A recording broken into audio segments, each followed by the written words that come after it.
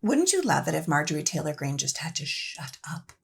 Look, we know we have to win the presidency, and we've been talking a lot about the importance of keeping the Senate. But you guys, the House needs to switch leadership. We can't continue to have these crazy, useless people in charge of half of our Congress anymore. The bottom line is, Republicans have had the House majority for 2 years and have accomplished nothing. In fact, the 118th Congress under Speaker Mike Johnson is on track to be one of the least functional Congresses in U.S. history.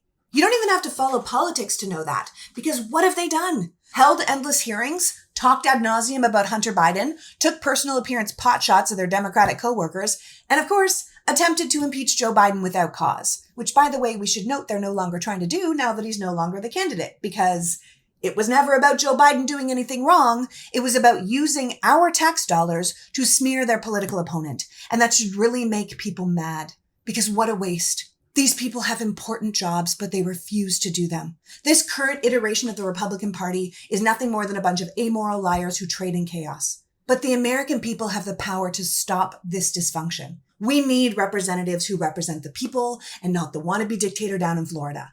Look no further than the Republicans refusing to bring the bipartisan Senate negotiated border bill up for a vote. They told us the border was our biggest crisis, that we were all in danger, but actually passing the bill that could help us? No, because they needed their candidate to be able to run on illegal immigrants murdering our daughters and eating our pets. It is not partisan to want to flip the House back to Democratic leadership. It's practical. These current yahoos couldn't even agree on who their speaker should be and almost came to blows with each other on the House floor.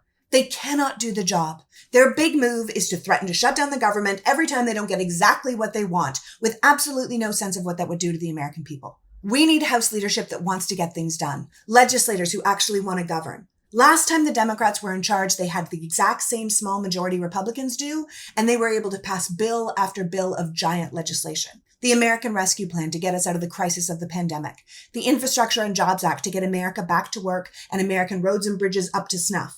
They passed the Inflation Reduction Act, which included the biggest climate action in this country's history, funded the IRS to go after the biggest tax cheats, and made America the leader in inflation recovery amongst our peer nations. They passed the CHIPS Act and the PACT Act to bring manufacturing back to America and take care of our veterans. So there is no competition here. If Republicans keep the House, they have already promised to block everything President Harris's administration wants to do, including refusing to even pass a budget and, shocker, threatening to shut down the government.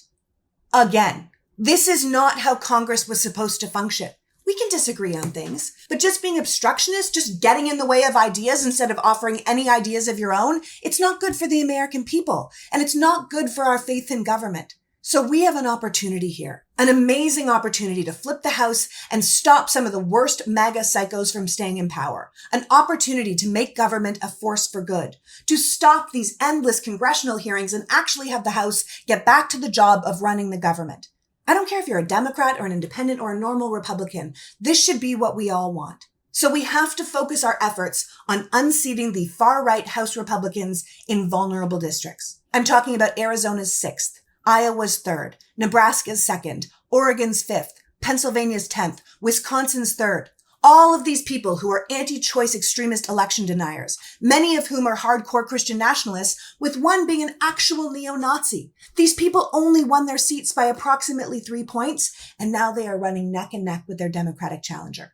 So please, support a Democrat in one of these House races or send money to the DCCC so they can, because we simply can't carry on with a House that doesn't do its job.